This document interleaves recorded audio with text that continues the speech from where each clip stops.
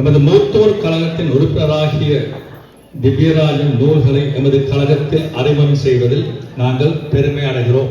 ஒரு சின்ன கதை பல சின்ன கதைகளை உள்ளடக்கியது. எமது வாழ்க்கை அனுபவங்களை சிறிய கதைகளாக கொண்டிருவது. இந்த திவ்யராஜா சாவியை எத்தனை தினம் தள்ளி கொடுத்துட்டாங்க. ஒரு எடுக்க சொன்னார், எனக்கு தப்பி பிழைச்சிட்டேன். அப்ப அவட்ட கதை இது உண்மையா இருக்கலாம், எல்லோரும் கட்டாயம் வாசிக்கணும்.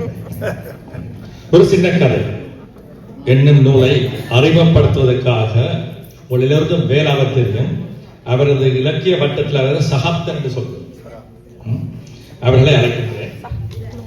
சகாப்தன் எமது மூத்தோர் கழகத்தின் லாஃபிங் யுகா பயிற்சி வழங்குகிறவர், சிறந்த நாடக எழுத்தாளர். அவரது ஆக்குவாய் காப்பாய் என்ற நாடகம் அண்மையில் திரைப்படமாக எமது விசப்பலகை ஆசிரியர் மதிவாசன் அவர்களின் தயாரிப்பிலும் நெறியாளர்களையும் வெளிவந்தனையும் நீங்கள் அறிவீர்கள். திரு சகாப்தன் அவர்களை அழைக்கின்றேன். இந்த நூலை மேடையில் இருப்பவர்களுக்கும் இங்கே அமர்ந்திருக்கின்ற சகோதர சகோதரிகள் எல்லோருக்கும் அன்பான வணக்கங்கள். ஒரு சின்ன மனக்கொந்தளிப்பிடையிலே இந்த ஒரு நிகழ்வு எங்களை எல்லாம் மிகவும் ஆசுவாசப்படுத்திக் கொண்டிருப்பதை இட்டு மிகவும் மகிழ்ச்சி அடைகின்றேன். திவ்யராஜனுடைய ஒரு சின்ன கதை என்ற நூலை நான் அறிமுகம் செய்த வைப்பதில் பெருமை அடைகின்றேன். திவ்யராஜன் அண்ணாவோடு நான் ஒரு கவிதா நிகழ்வு நாடகத்தை அவர் நெறியாண்மை செய்ய நான் நடித்திருக்கின்றேன். அது மட்டுமல்ல, தொடர்ந்து அவரோடு கலை இலக்கிய துறையில் பயணித்துக் கொண்டிருப்பவன் என்ற வகையில் இந்த சின்ன கதை என்ற சிறிய சிறிய கதைகள் உள்ள இந்த கதை தொகுப்பு உங்களை நிச்சயமாக வேறு ஒரு சமூக உணர்வுக்கும் சமூகத்தினுடைய தாக்கங்களை எப்படி அவர் விதமாக அணுகியிருக்கிறார் என்பதையும் நீங்கள் பார்க்கக்கூடியதாக இருக்கும். ஒரு பெரிய நாவலை எழுதுவது சற்று விரிந்த காலத்திலே எழுதுவதற்கு இலகுவாக இருக்கும். ஆனால் சிறிய சிறிய கதைகளை ஒரு கருப்பொருளோடு ஒவ்வொருவரின் மனத்திலே தாக்கத்தை செலுத்துவது என்பது மிகுந்த ஒரு சிரமமான விஷயம். அந்த வகையிலே இந்த கதைகள் ஒவ்வொன்றும் மிக முக்கியத்துவம் பெறுவதாக நான் உணர்கின்றேன். இந்த கதை முழுவதையும் நான் வாசித்தேன். நீங்கள் இலகுவாக இந்த கதையை வாசிக்கலாம். இந்த கதை உங்களுக்குள் நிச்சயமாக ஒரு நல்ல உணர்வுகளையும் சமூகத்தினுடைய அவலங்களை அவர் விதமாக அவர் புரிந்து வைத்திருக்கின்றார் என்பதையும் அறியக்கூடியதாக இருக்கும்.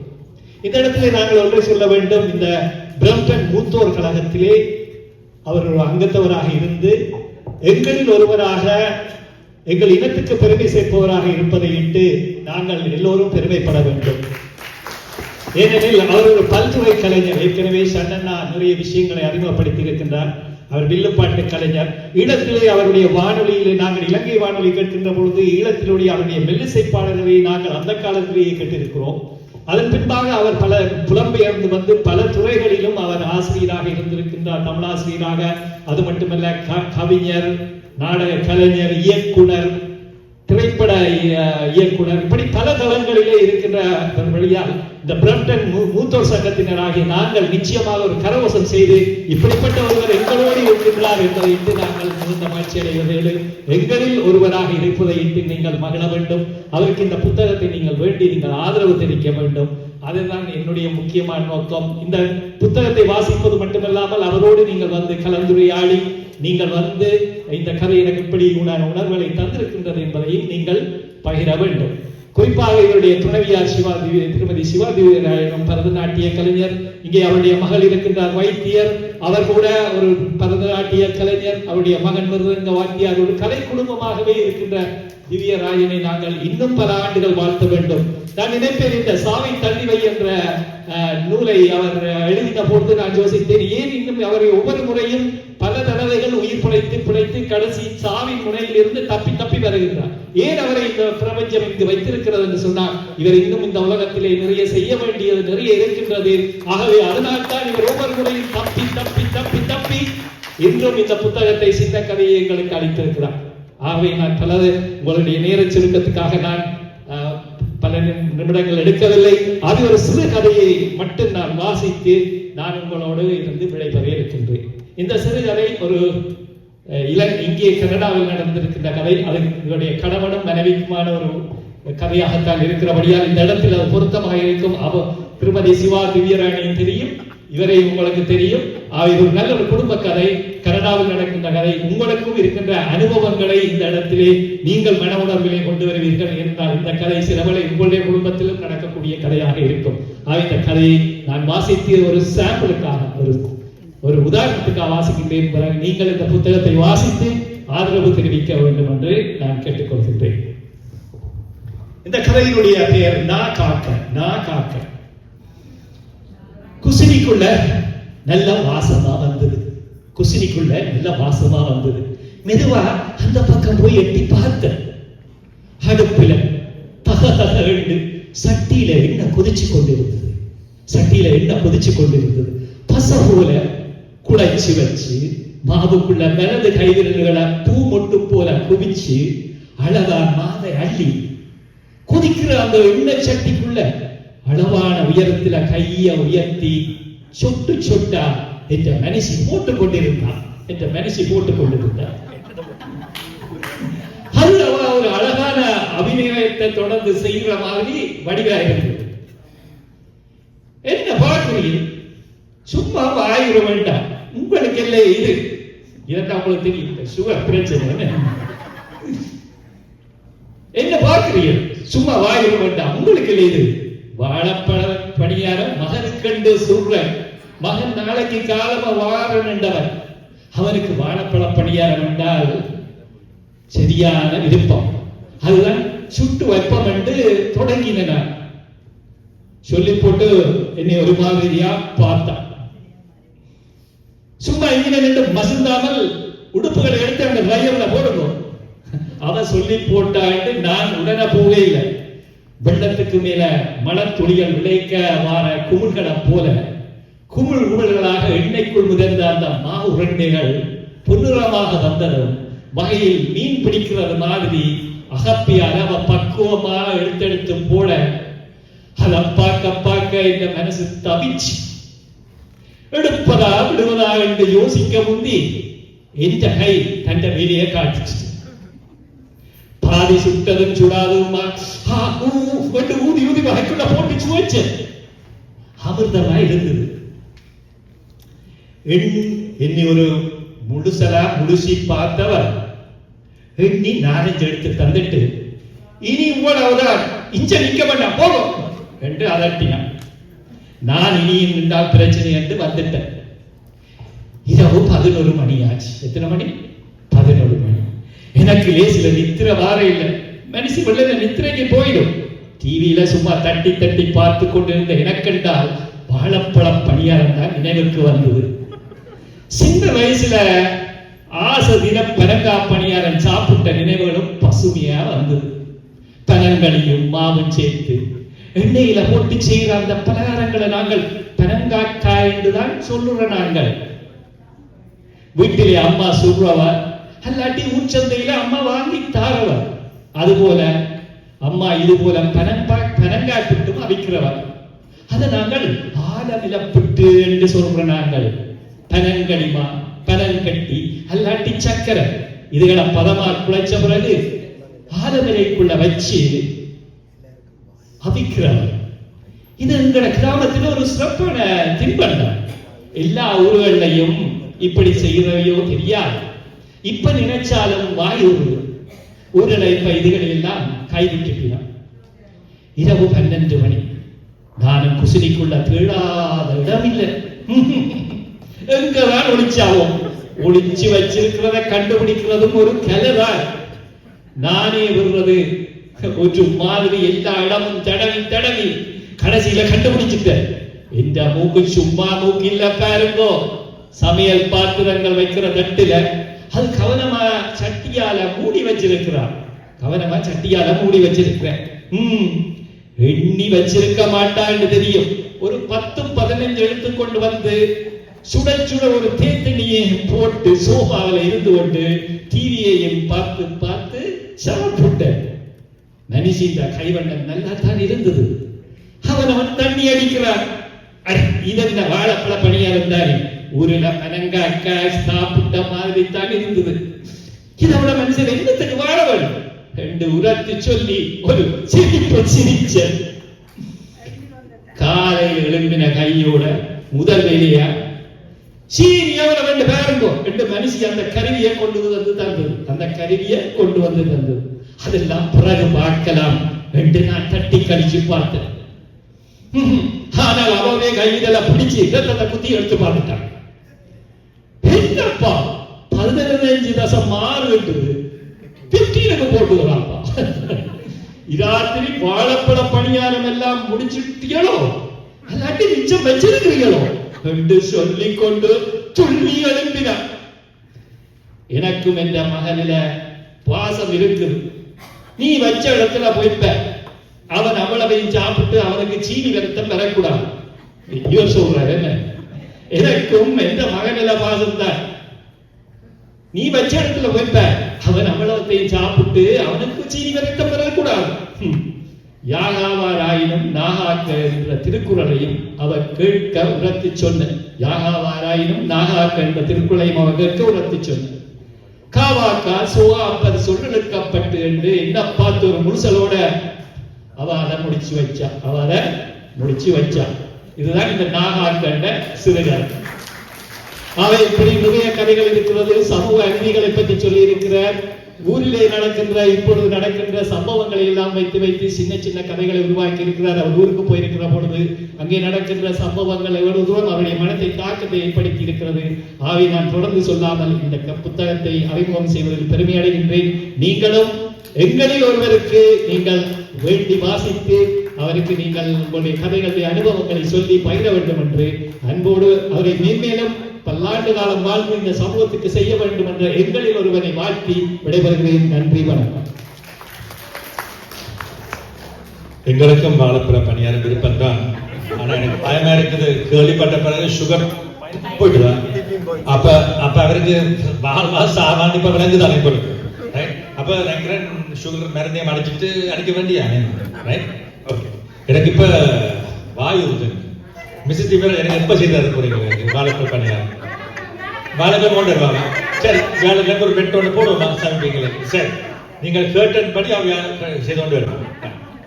இப்ப நான் முன்னுக்கு கூப்பிட போறேன் யாருன்னு சொன்னால் ஆண்டன், தர்மலிங்கம், ராஜேஸ்வரி சிவராஜா ஆகியோர். ஒரு பிரச்சனையும் வேற இல்லை. என்னாக்கள் என்று ஒருத்தரும் கேட்க இல்லை. பிள்ளைகள் விரும்பிச்சினம் பெற்றார், அதை முடித்து வச்சினம். சாதி, சமயம், சனம், இனம், ஊர், ஒழுங்க, அந்த பக்கம் இந்த பக்கம் ஏற்றம் இறக்கம் எதுவும் இடையில் குறுக்க வரையல்ல போல.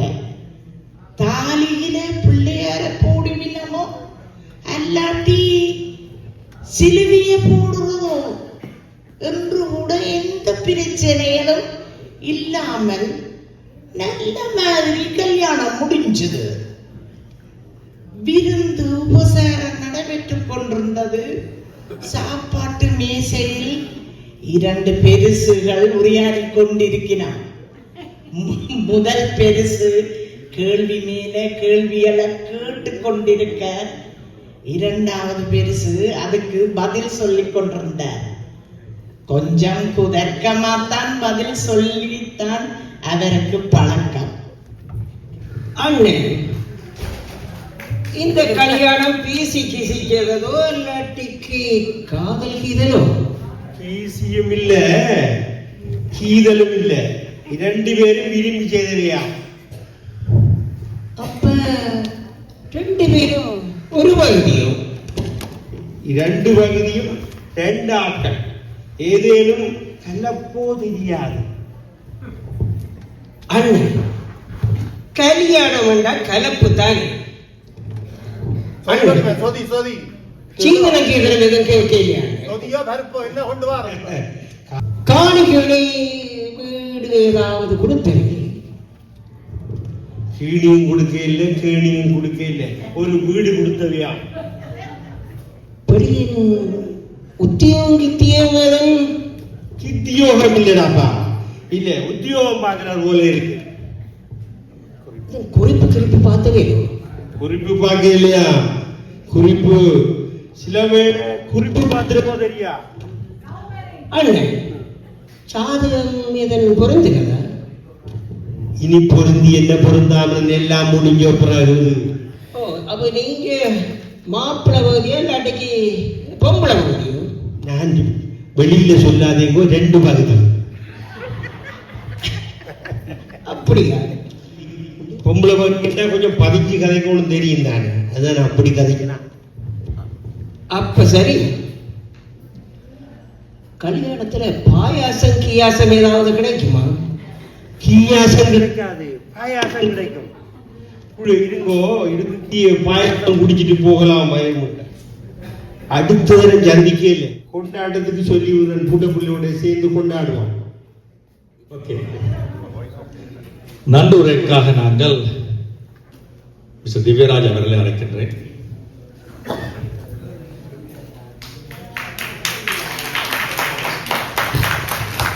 முதல்ல எல்லாருக்கும் நன்றியை சொல்லுகிறேன். எல்லோருக்கும் நன்றி. ஒரு தடவை விட்டுட்டல்ல, எல்லாருக்கும் நன்றி. அப்ப கொஞ்சம் கொஞ்சமா நான் பழகிறேன். இப்ப இது பற்றி கூட நான் முந்தின புத்தகத்தில் எழுதியிருக்க கூடும்.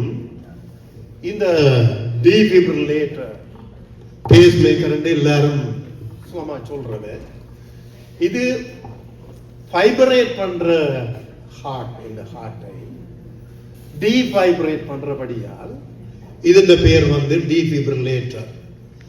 அப்ப இதுல உள்ள மேக்னெட், இந்த மேக்லேயும் மேக்னெட் இருக்கு.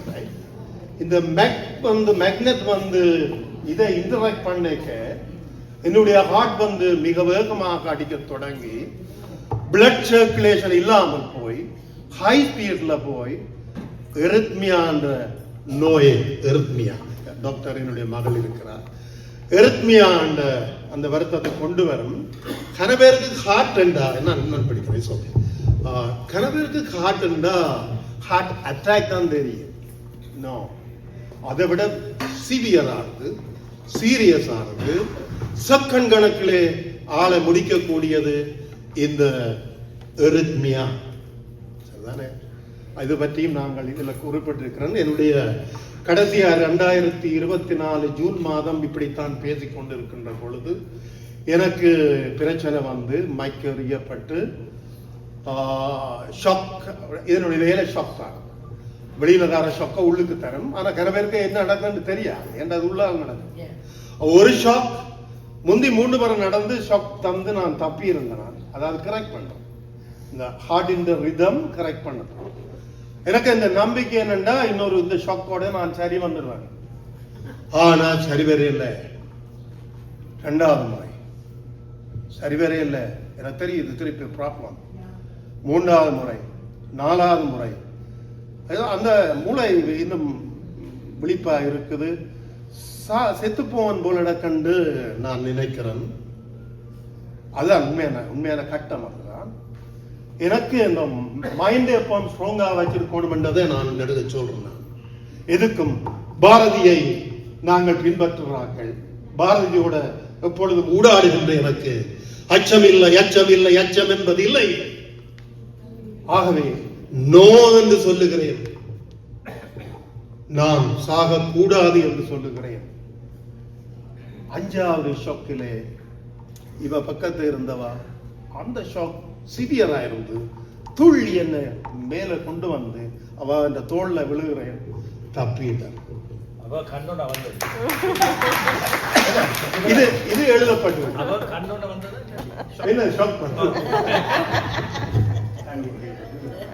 அப்ப உண்மையில இந்த மனோதைரியம் வேணும் எங்களுக்கு.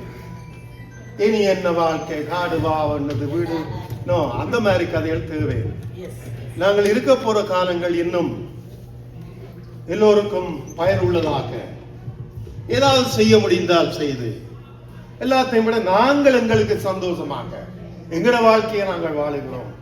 என்னது 10 இயர்ஸ் என்று வச்சா அந்த 10 இயர்ஸ் எங்கட வாழ்க்கையை நாங்கள் மிக சந்தோஷமாக இந்த பூமியிலே நாங்கள் பிறந்ததாலே நாங்கள் நல்லா வாழ்ந்திருக்கிறோம், நல்லதை செய்திருக்கிறோம், பலருக்கு நல்லதை செய்திருக்கிறோம் என்ற அந்த நிறைவோடு அந்த கடைசி படுக்கைகளே படுக்க வேண்டும் என்பதுதான் எங்களுடைய விருப்பமாக இருக்கு. சரிதான், அதுதான், அவ்வளவுதான். வாழ்க்கை ஒரு ரிலே, தடி கொடுத்து ஓடுறோமா, பிள்ளைகள்கிட்ட கொடுத்திருக்கிறோம். அந்த பிள்ளைகள் தங்களுடைய பிள்ளைகளுக்கு கொடுப்பார்கள், அந்த தடியை கொடுத்து ஓடுவார்கள். ஆகவே நாங்கள் கொடுக்கிறது நல்லதா இருக்க வேண்டும். சரிதானே? ஆகவே நல்லவற்றை நாங்கள் கையளித்து நாங்கள் எங்களுடைய வாழ்க்கையை நிறைவு செய்வது இயற்கையாக. அதைத்தான் நான் இங்கே சொல்ல விரும்புகிறேன். எனக்கு கதைக்க விருப்பம், பாட விருப்பம் இல்ல எனக்கு என்ன அந்த மைக் பிரச்சனையும் பாடுறது இயலாது. ராத்திரி நான் நினைச்ச பொழுது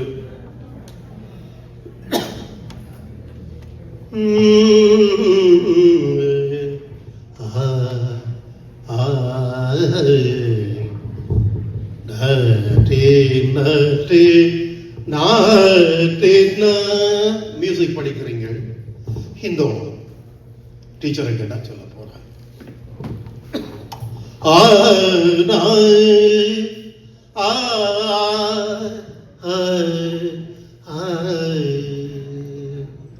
சாவை தள்ளிவை தள்ளிவை தள்ளிவை, சாவை தள்ளிவை, உயிர் வாழ்வை அள்ளிவை, ஆனந்த வாழ்வை ஆனந்தமாக வாழ வேண்டும். ஆனந்த் ஹாப்பி, ஆனந்த வாழ்வை அள்ளிவை, சாவை தள்ளிவை, ஆனந்த வாழ்வை அள்ளிவை, நோயை கொன்றுவை. சாவு வேண்டாம் என்று சொல்றேன், ஆனா நோயை கொன்றுவை. நோயை கொன்றுவை, உடல் நோயை கொன்றுவை, வரும் நோவை வென்றுவை, வரும் நோவை வென்றுவை, சாவை தள்ளிவை தள்ளிவை தள்ளிவை. நன்றி நன்றி. நான் நன்றி சொல்ல வேண்டும் சேத்திரன் மிக்க தலைவர் ராகவன் ராமநாதன் அவர்களுக்கும், அவரோடு இணைந்து பணியாற்றுகின்ற செயலாளர், இந்த செயற்குழு உறுப்பினர்கள், இவென்ட் கமிட்டி உறுப்பினர்கள், ஏன் உங்கள் எல்லோருக்கும் எனது மனமார்ந்த நன்றியை நான் இங்கே சொல்லுகின்றேன். அதோடைய எனது நூல்களை பெற்றுக்கொள்ள ஒருவரையும் மேல நான் போஸ்ட் பண்ணல. ஒரு 15 இது செலவுகளுக்கு அப்பாற்பட்டது, செலவுகளை நாங்கள் சமாளிக்க இயலாது. 2 புத்தகமும் விரும்பதாக கொடுக்க வேண்டும். நாங்கள் இங்கே அது $15 கொடுக்கிறோம். முடிந்தவர்கள் வாங்குங்கள், விரும்பினாக்கள் வாங்குங்க, போஸ்ட் பண்ண. ஆகவே இந்த நூல்களை பெற இருக்கின்ற உங்கள் எல்லோருக்கும் முன்கூட்டியே நான் நன்றியை சொல்லுகின்றேன். இதே நேரத்தில் இந்த சாவை தள்ளிவை நூலுக்கு அறிமுகம் தந்த எங்களுடைய ஆசிரியர், விரிவுரையாளர், சிறந்த சமூக செயற்பாட்டாளர், அதான் மிக முக்கியம், ஷண்மாசன் அவர்களுக்கும், அதே மாதிரி சகாப்தன், எப்பொழுதோ நீண்டகால நட்பு, கலை ரீதியான நட்பு. ஆகவே அவருடைய திரைப்படம் உங்களுக்கு தெரியும், ஆக்குவாய் காப்பாய் அவருடைய சிறந்த நாடகங்களில் ஒன்று. ஆகவே அவர் இங்கு வந்து இந்த நாடகத்தை நடித்து காட்டியது மிக அருமையாக அது வாசித்தார் இல்லையா? நான் உணர்றது அவ்வளோத்தையும் அவர் உணர்ந்து, எனக்கு தெரியல சகாப்தன் வீட்டில் இதெல்லாம் முந்தி செய்தாரோ தெரியாது, அவ்வளவு அருமையாக அதை செய்தார். இதே நேரத்தில் தர்மலிங்கம், ஆண்டன் 2 பேரும் இணைந்து கொண்டு சாப்பாட்டு பந்தியில கண்டபடி கதைக்கிறது தானே, அப்பதான் இது நடந்தது. ஆகவே அதை செய்து தந்த ஆண்டன், தர்மலிங்கம் உங்கள் இருவருக்கும், இதை தொடக்கி வைத்த அந்த கதையை வாதித்த ராஜேஸ்வரி அவர்களுக்கும் என்னுடைய மனமுகந்த நன்றியை சொல்லிக்கொண்டு, இந்த ஒலியமைப்பை கிரியா நீங்கள் செய்தீர்கள், யாரும் தெரியல, ஓகே, இது ஒழுங்கு செய்த என்னுடைய தலைவருக்கும் மீண்டும் நன்றியை சொல்லிக்கொண்டு, உண்மையில் என்னுடைய இந்த நூல் இப்படி வெளிவருவதற்கு தாயகத்திலே கலாலி என்னுடைய நண்பர் சட்டத்தரணி பதில் நீதவான இருக்கின்றார். அவர்கள் புத்தக பண்பாட்டு இயக்கம் ஒன்றை இயக்கிக் கொண்டிருக்கிறார்கள். அவர்கள் முன்வந்து பதிவு தந்தார்கள்.